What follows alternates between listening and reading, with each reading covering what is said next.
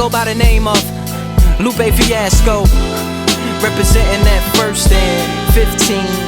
Yeah, and this one right here, I dedicate this one right here to all my homies out there grinding.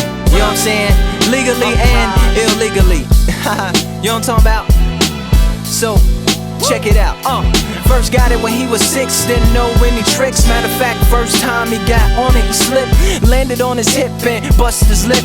For a week he had to talk with a lisp like this. Now we can end the story right here, but shorty didn't quit, it was something in the air. Yeah, he said it was something so appealing, he couldn't fight the feeling, something about it. He knew he couldn't doubt it, couldn't understand it. Branded, since the first kick flip he landed.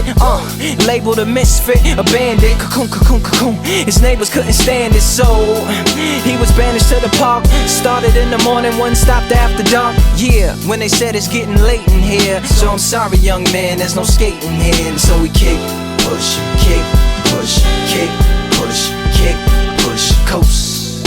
And away he rolled, just a rebel to the world with no place to go. And so we kick, push, kick, push, kick, push, kick, push, coast. So come and skate with me, just a rebel looking for a place to be. So let's kick and push and coast.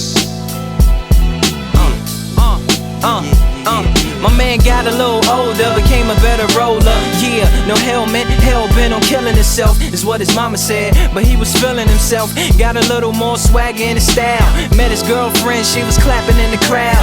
Love is what was happening to him now. He said I would marry you, but I'm engaged to these aerials and varials, and I don't think this board is strong enough to carry two.